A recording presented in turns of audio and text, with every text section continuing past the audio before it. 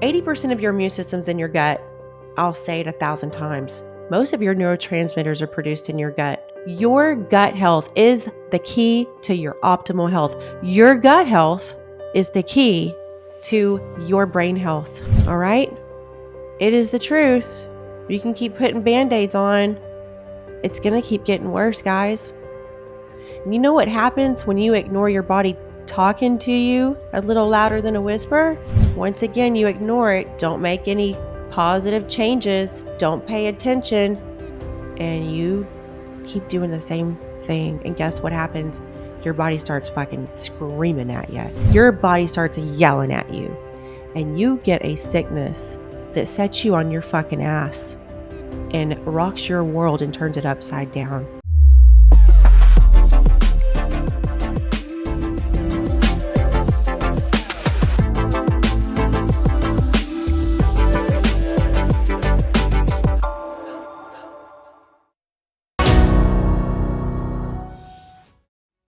Hello, everyone. Janna here. Thank you for tuning in. Hope you're having a really great day and a great week. It's really hard to believe that it's May and, summer is coming and I'm excited about that. Just have more time with my kiddos. But for the month of May, I will be talking a lot about Lyme disease and mental health. May is both Lyme Disease Awareness Month and Mental Disease Awareness Month. And so those are very near and dear to my heart because if you have struggled with Lyme disease, if you ever had to deal with that bitch, then you also had to deal with some pretty bad mental symptoms. And that's really, really important to talk about. And, I think there should be more awareness for both Lyme disease and mental disease, and especially mental disease. And I say that because people don't shy away or look at you weird or hold back on talking about Lyme disease as much as they do mental health and mental disease. And it's fucking brutal enough to have to deal with depression, especially severe depression, like I did when I was sick with Lyme disease. I've had to experience panic attacks and anxiety attacks multiple times in my life. Even before I ever had Lyme disease, I suffered from panic attacks and general anxiety disorder, even depression. And when I got Lyme disease, I mean, it was much more severe.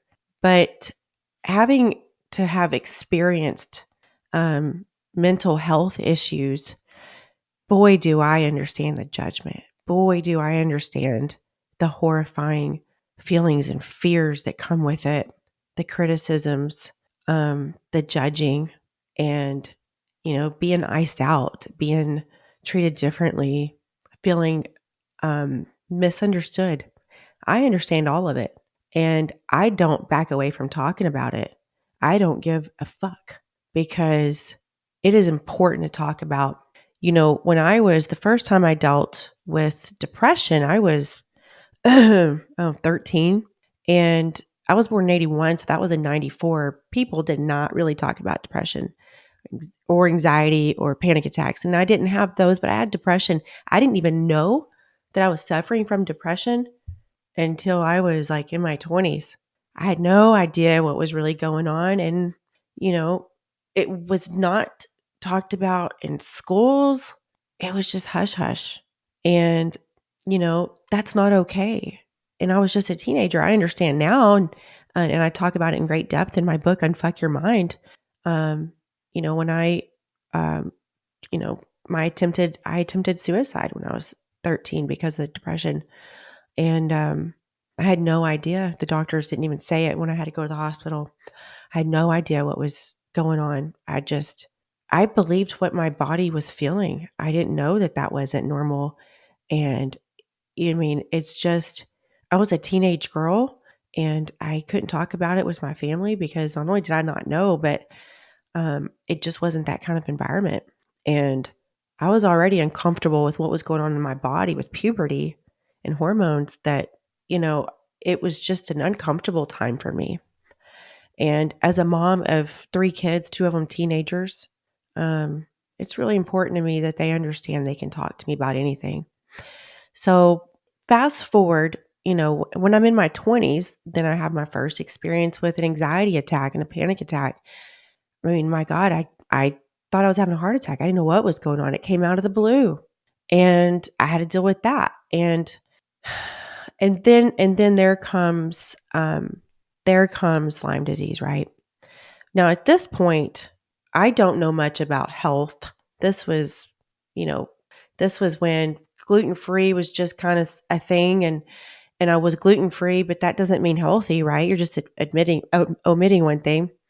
And so, um, knowing what I know now, it's so easy to look back and I see exactly why I had depression as a teenager. I ate like shit. My mom made home cooked meals all the time, but the amount of carbs and starches and sugars. And so looking back, it's really easy to see why I suffered from those mental symptoms, because of the way I ate. I mean, in my 20s, I definitely didn't eat many home cooked meals. I didn't even really know how to cook. And my version of healthy in my 20s was the low fat phase, right? And so I just focused on low fat. I didn't look at sugar. I didn't really look at carbs. That was literally a low fat phase, and trans fat. That's what it was. And I mean, I ate a lot of packaged things. I was always on the go to work and didn't have time to cook, didn't know how to cook. I mean, I'd moved to Austin, Texas. Like, it was just a lot going on. And so it's really, really easy to see how that happened now, right? But when you're in it, you think something's wrong with you. And let me say something that make it really abundantly clear. There is nothing wrong with you when you have anxiety, when you have panic attacks, if you have brain fog, if you have depression. I want you to know that is not you. It's not a flaw in you. There's nothing wrong with you. It is your body talking to you. Every single symptom that you feel that your body shows is your body talking to you. Your body can only communicate with you through symptoms. Okay? When you feel really, really good, your body lets you know. But when we don't feel good, it starts out with whispers, right? The whispers are, I'm a little bloated. I'm not really sleeping that good. Just I'm really tired. And then it's just kind of stays like that for a while. And then maybe you have a few days that you're okay. And so it just seems like it's just like a thing for a little bit, right? And because it's really not that bad and there's a few moments or days or hours of reprieve, you don't really do much about it. You're like, well, I'm just stressed out, or it's just this, or it's just that. And you ignore it. Your body, whatever it is, it's trying to tell you it's not getting better. So, nope, you don't make any changes because you're not thinking you need to. You think it's life, it's your schedule, it's demands, it's da, da, da. Well, your body begins to talk to you a little louder than the whispers. Okay? You start to get brain fog. Maybe you feel a little anxious, you know, and things are just getting worse. Maybe you start to have some skin issues. Maybe you have to go to the doctor and you get a little bit of a prescription because you know why? Conventional doctors got the answer to everything. No, they don't. They do not know a whole lot about nutrition, really at all. They don't know gut health. They really don't give a shit about mental issues. It's, oh, here's a Band-Aid. Here's a Band-Aid. Oh, by the way, Band-Aids are a prescription. Band-Aids are your anti-anxiety, antidepressants.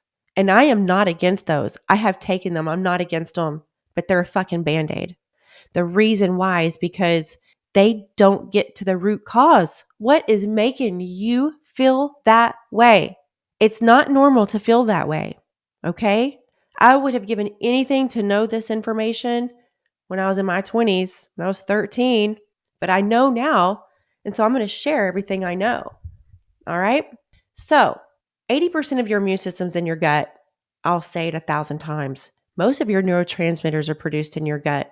Your gut health is the key to your optimal health. Your gut health is the key to your brain health. All right?